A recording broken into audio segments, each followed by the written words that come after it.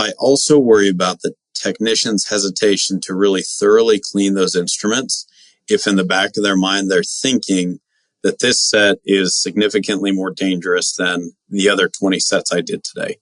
And I worry that if they don't tuck in and follow the steps the way they do with every other process, that the next patient who gets that set may have a greater risk of being exposed if we didn't do our cleaning and decontamination process correctly.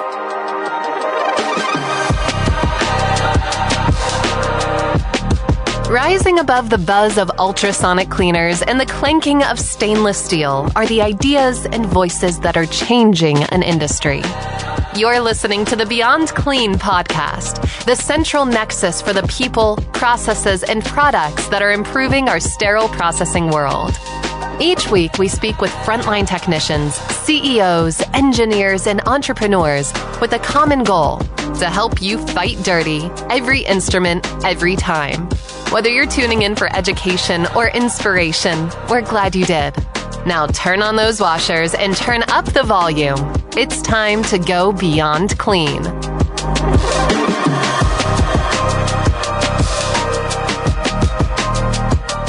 All right, Clean Freaks, welcome back to another episode of Beyond Clean. This is Season 28, Planet Decontamination.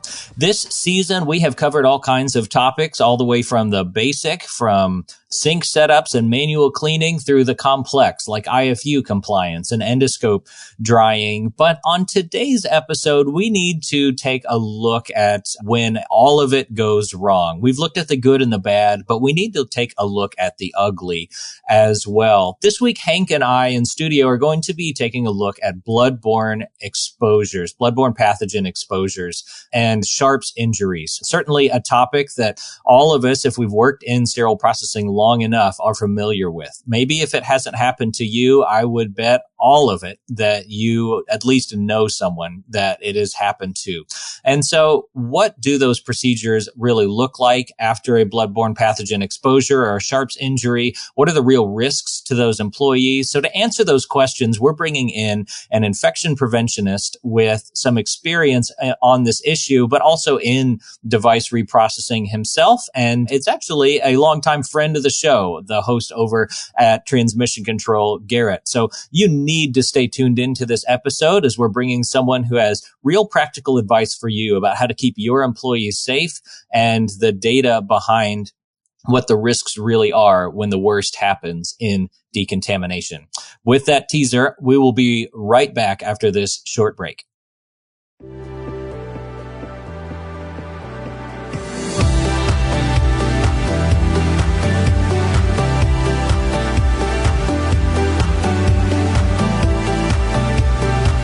From the studios of Healthcare HQ, you're listening to Beyond Clean, the global voice of sterile processing.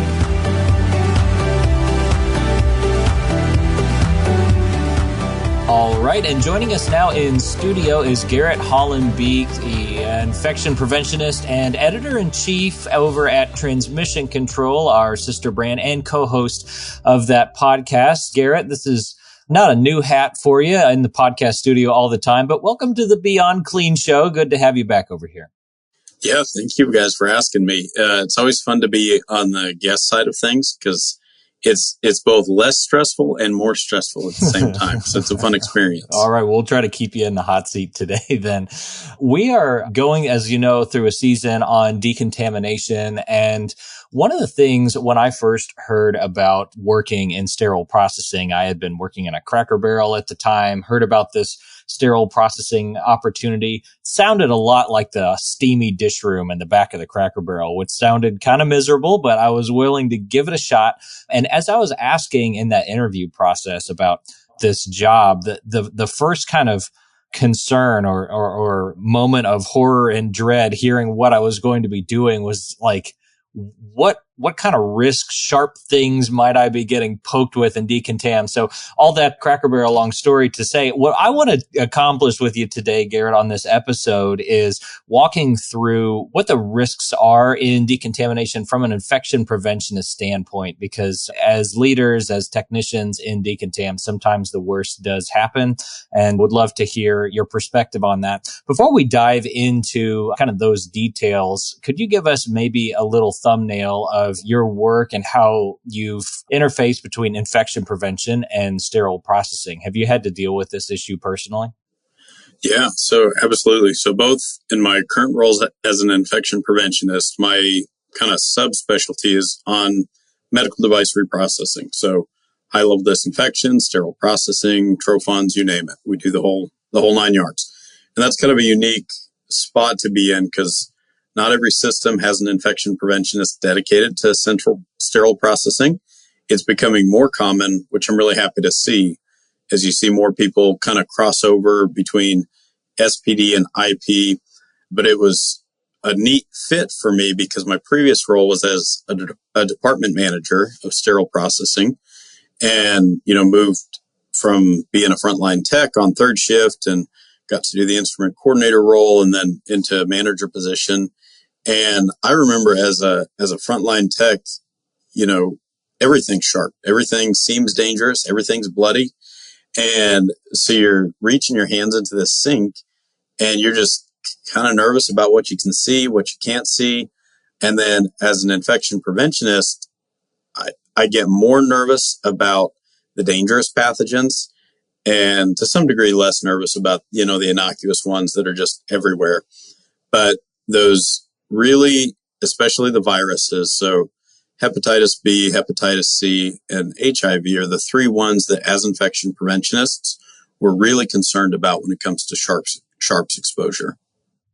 I was going to ask about that perspective piece of it, kind of entering into that infection prevention world, because we kind of don't know the waters that we swim in. We're kind of like a bunch of guys in a college dorm room. And then when the infection preventionist comes over, it's like when the girl comes to visit, it's like, oh crap, we really should have cleaned this place up.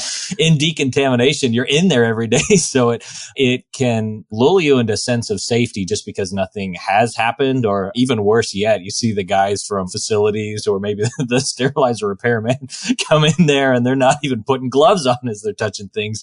I'm curious how that perspective has shifted for you, the closer you've gotten to public health and studying pathogens, just at the risks in decontamination.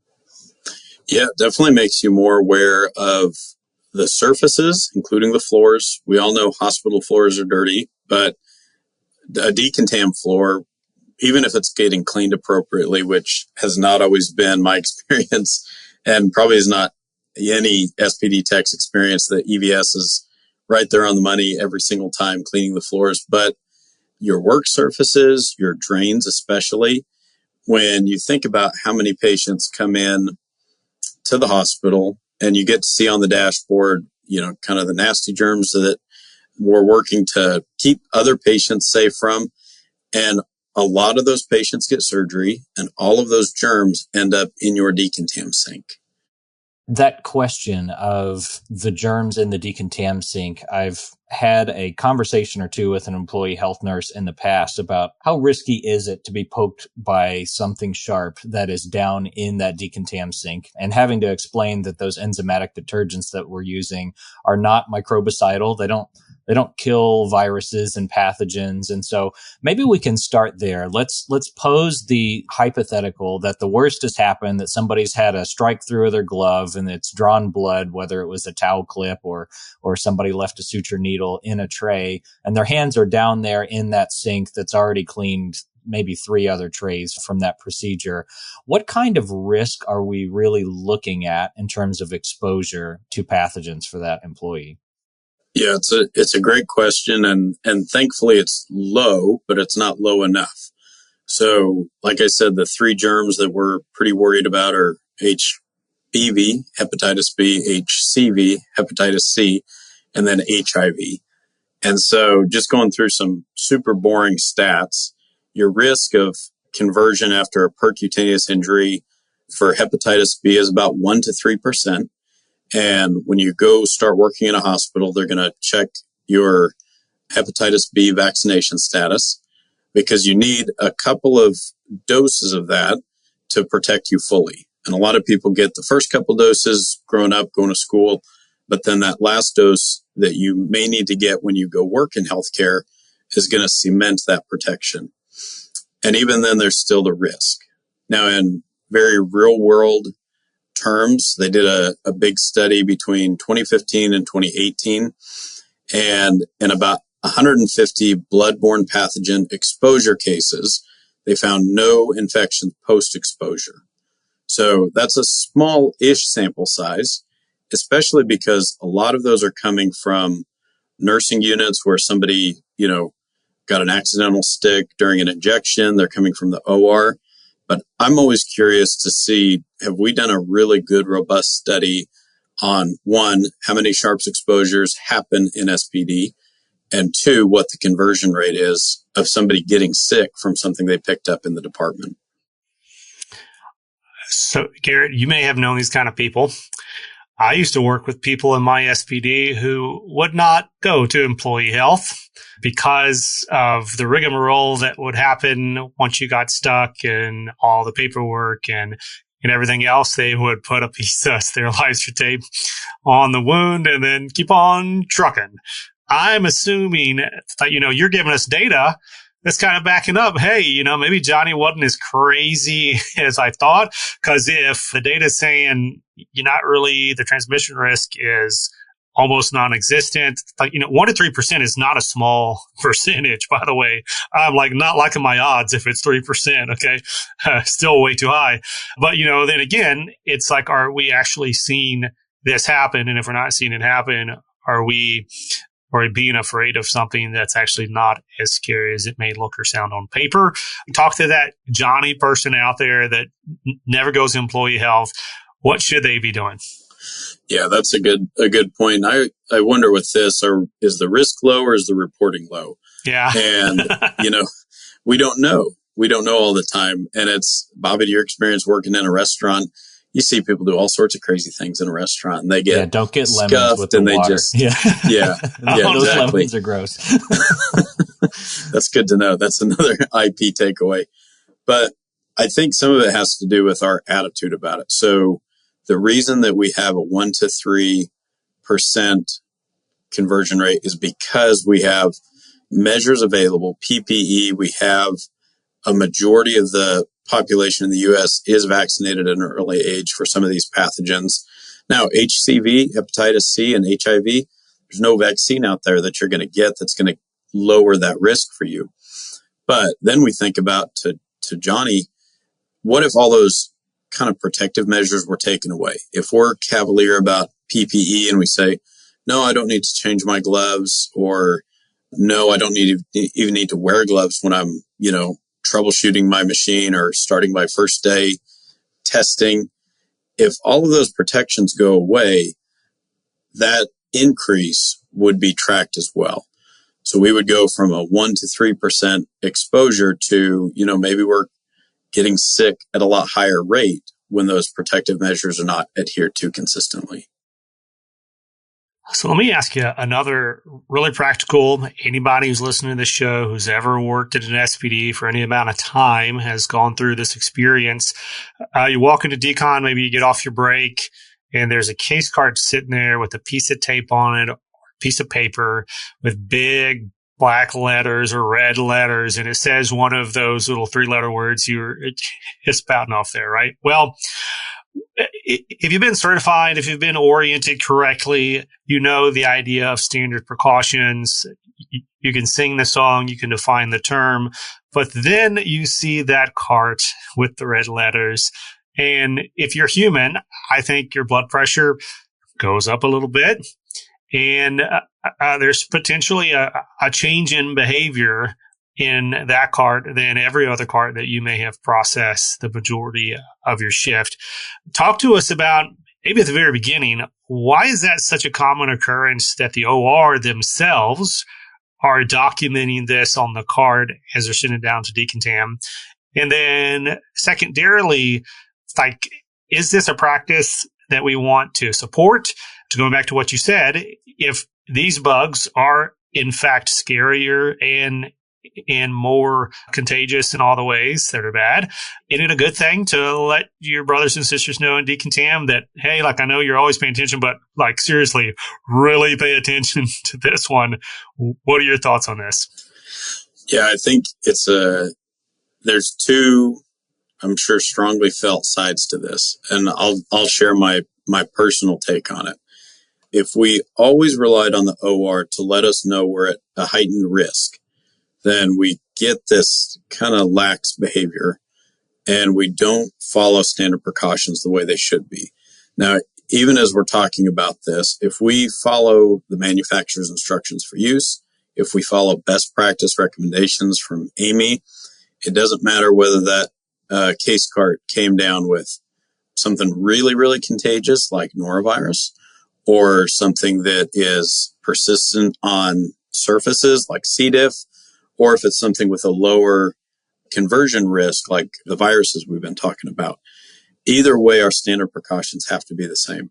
Now, just because I'm an IP, you always have to say caveat, unless it's CJD, and then you got to follow a different, sterilization process. And so don't forget about that. But I get concerned when I see that kind of flagging system, because one, I'm learning something about the patient that as a healthcare, technician and professional, I really don't need to know. It's not so I think there's maybe not a HIPAA compliance concern there, but I also don't know where that case cart was or who saw that information or who may have left the top sheet in the case cart.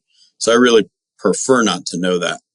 But two, I also worry about the technician's hesitation to really thoroughly clean those instruments if in the back of their mind they're thinking that this set is significantly more dangerous than the other 20 sets I did today. And I worry that if they don't tuck in and follow the steps the way they do with every other process, that the next patient who gets that set may have a greater risk of being exposed if we didn't do our cleaning and decontamination process correctly. Garrett, you mentioned a couple of additional threats in that example. You mentioned norovirus and C. diff and others. Why is it that when we get to talking about this Sharps risk in decontamination, we go to the three-letter acronyms and talk about HIV and HBV and all of the others? And why not some of the others that you mentioned? Yeah, it's a really good question. And these three pathogens, HBV, HCV, and HIV, are the ones that have been shown to be most likely to pass from person to person through bloodborne transmission. And so all of these other ones that we're kind of used to, even our like vegetative bacteria like E. coli that we don't think about much, they're going to be inactivated fairly quickly. We're used to seeing them, and they're not going to cause long-term injury and harm and remediation the same way that these other ones. If you look at, let's just take source testing, for example. So if you have a stick, and it doesn't always have to be a needle stick, it could be somebody left a scalpel blade in there, or it's just a pair of scissors that you caught your hand on wrong. You're going to have to do source testing of the patient, or you should do source testing of the patient, and that means blood work for them. And then you also have to do testing of the technician, which if you're squeamish about it, or if you're like, I don't have time to, I don't want to risk, getting called off of work because they're waiting for results to come back. Those are very real concerns that technicians face, and it makes it harder to follow up on that employee health process. So to the point about the risk to the technician and to the organization, if we don't have these processes in place and they're not well defined and trained on, then we're just kind of whistling past the grave with these viruses that can be transmitted through blood. In those follow-ups to the blood sourcing, I think that's a really important just call out about the process. Like there's probably a lot of sterile processing techs out there who are new to this, who may not know what goes on, like post-stick, besides me having to go now to employee health or to ER and go through my process, right? So I appreciate you sharing that. In the IP component to that, clearly there's an employee health role in what's going on here because the employee's health is involved. Specifically, what is IP doing in these types of scenarios? Now we've got an injury in sterile processing, now on the blood sourcing.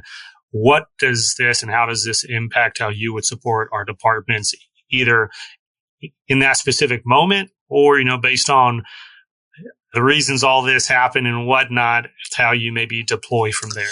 Yeah, so it'll depend a little bit on your facility structure. So some infection preventionists have a large role in employee health, and they may even be the go-to employee health person.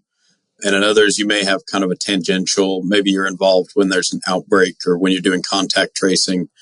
But these three viruses that we've been talking about are all public health reportable conditions. So as an IP, if a patient is in the hospital and it's, a new hepatitis B case or even an existing one with a new result, you're going to be sending that information out to your local health department. And so these reportable conditions fit into that public health program for surveillance. Now, where IPs can be effective, and they can be even probably more effective than we are, is making sure that the staff is really comfortable with this post-stick process. And you'll go into departments where you can ask, where is your bloodborne pathogen exposure kit? And people are it's like the spill kit that nobody can ever find. And when you do find it, it's expired. So you need to have that easily accessible. Make sure your staff knows what first aid measures to take. And then make sure they know the correct contact person to call so that your tech is not sitting there stressing and worrying about, well, it happened yesterday. I don't know who to call. It's my day off. Because those are very real human factors that are going to impact this testing process. All right, Garrett. So we're going to play all of us, our SPD manager, and you're our infection preventionist. And you come into the department and ask, where's your bloodborne exposures kit? And we look at you with the deer in the headlights look, as you've probably seen before. Walk us through what that ideal post-stick procedure would look like in a department if you were trying to coach somebody through that. What's maybe in that kit, and what would you recommend steps be if somebody has a sharps injury in decontam? Yeah, so your first step is going to be to perform hand hygiene and first aid. Your next step, and in that bloodborne pathogen kit, you should have supplies there for that, so you can, do hand hygiene, stop the bleeding if you are bleeding.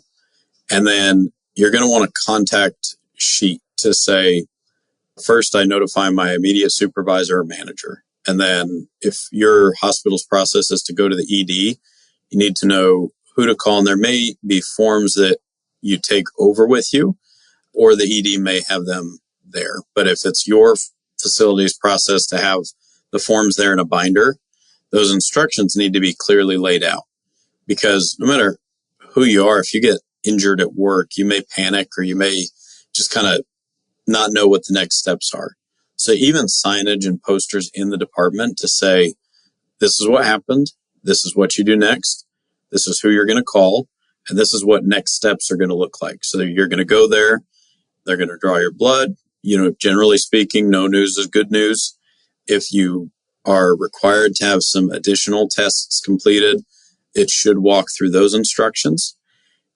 And then the other piece of it that is, I think, fairly important is what to do with those near misses. So if we do get a stick, a safety report should be filed. But if we have a near miss, for example, you almost hit a needle that was left in the needle holder, or somebody left a scalpel blade on and, you didn't get injured, but it was close. There should be a reporting process where you notify your supervisor, there's a call made to the OR, and this may not be everybody's process, but it is something that we generally as sterile processing techs are not trained on how to remove sharps. There's specific ways to take a scalpel blade off of the handle, and some technicians will go ahead and do that step on their own. Some have been trained for it, but I always prefer, and this was our kind of standard in the department, was that you call up to the OR, you have somebody from the OR come down, and you have them remove the sharp, it increases awareness on their end. And then you don't have the risk of a secondary injury from somebody trying to get a sharp off. That conversation of near miss reporting is a really important one, particularly around this issue, because it is such a significant safety issue. It's 100% preventable through very simple processes. And although I'm sure that no one is maliciously sending sharps to sterile processing, we also need to make sure that our processes are set up safely to reduce that occurrence, because we want to make sure that people are staying safe. There is sometimes a little bit of friction in figuring out how to get that reporting nailed down, particularly if it happens somewhat frequently. I like the idea of having somebody from the OR come and help address that sharps issue. That's most sensible probably for that scalpel blade. Any other examples of that where you might have the OR come down? Like, have you ever gotten the drill bit that's still stuck unreasonably tight in a drill chuck or something? Should sterile processing be wrestling with that, or would you have somebody come take care of that as well? That's a really good example of that too, because you see this with like endo burrs or burrs in general, and they're very sharp and they're very hard. They're easy to miss. And, to the technician's point, you may be going through your whole shift, and I've done this before personally, where you take your break, you take your gloves off, and you're like, oh, I didn't know I had a hole in my glove. And you're checking your hands back and forth to make sure you didn't, get injured. And so if your technicians are required to take the bit off, what you allow sets the standard of what's acceptable.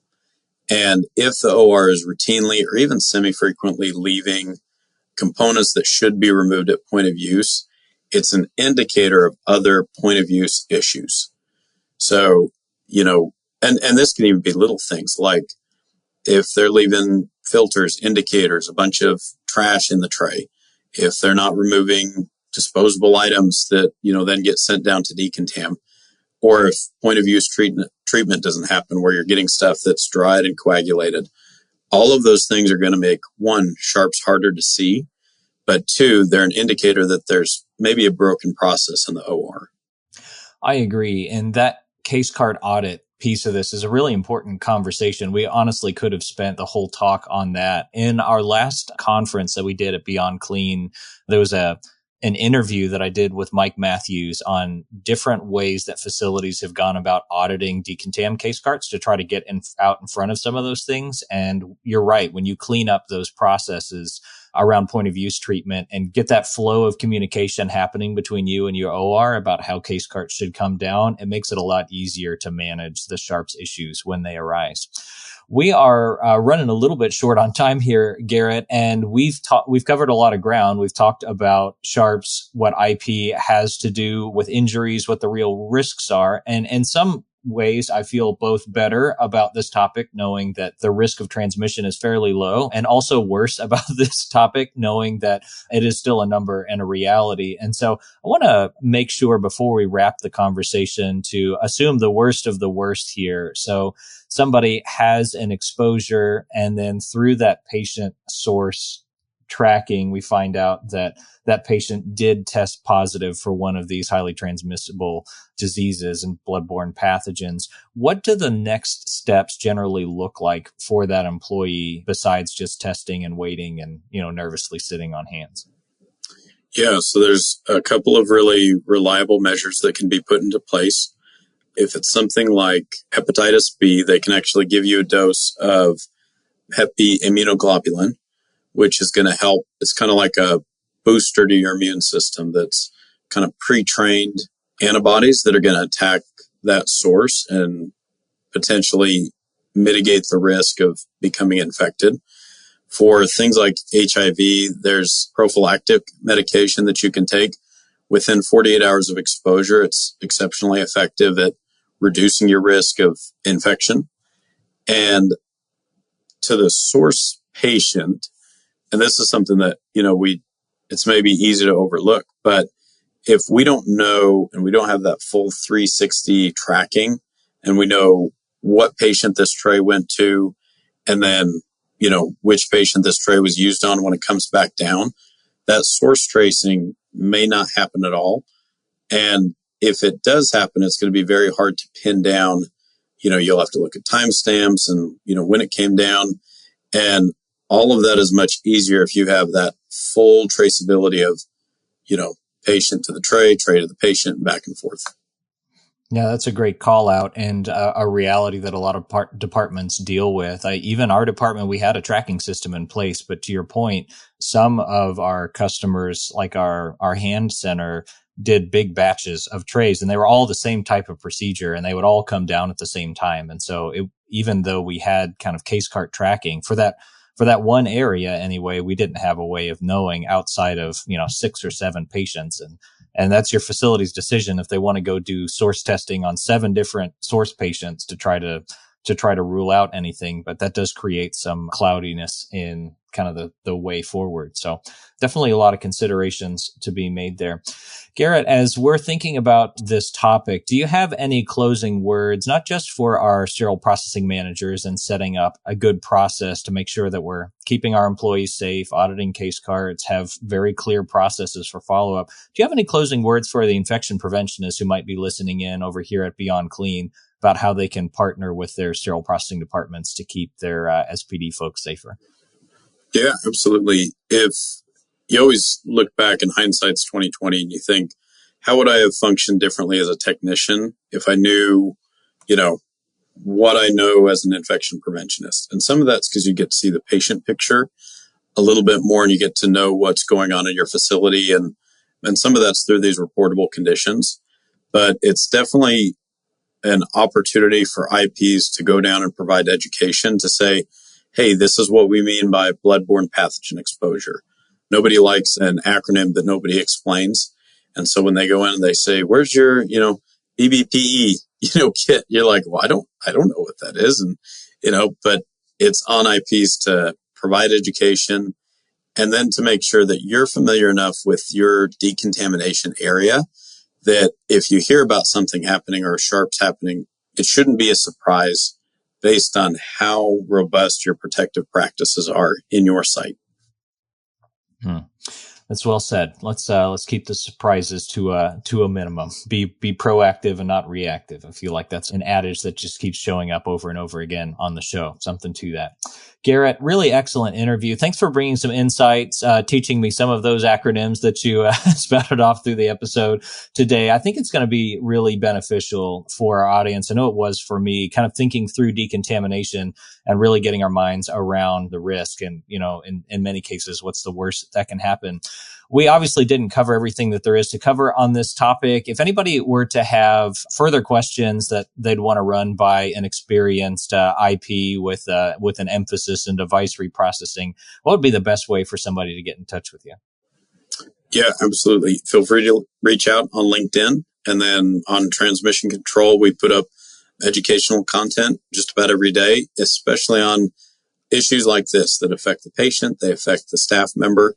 But definitely reach out if you ever have questions. Yeah, I appreciate your leadership and that brand and wanting to make sure that both sterile processing and infection prevention are being educated with the latest news standards and are keeping our patients safe. So, Garrett, thanks again for the interview and great job. Thanks for joining the show. Thanks, Bobby.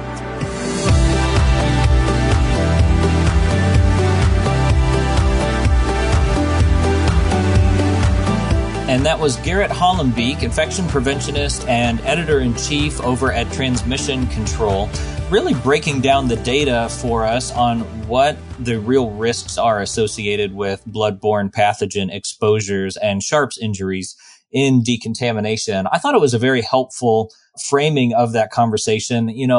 Bloodborne pathogen exposures are kind of the boogeyman of the sterile processing department. We hear about them in our orientation. If you had to take any of those computer learning modules whenever you first got hired at the hospital and annually, and we learn about standard precautions and the risk of bloodborne pathogen exposure, it can kind of strike fear in many ways as to what the worst might look like. And rightfully so. Obviously, we don't want to make little of bloodborne pathogen exposures. But at the same time, it is helpful to hear what the numbers look like and what the plan of care might look like if someone were to experience an injury. I also want to echo what Garrett had to say around going to employee health and being part of the solution and not the problem, even if that injury didn't result in the transmission of a disease, we still would benefit from having that be reported, both in trying to get the process to be safer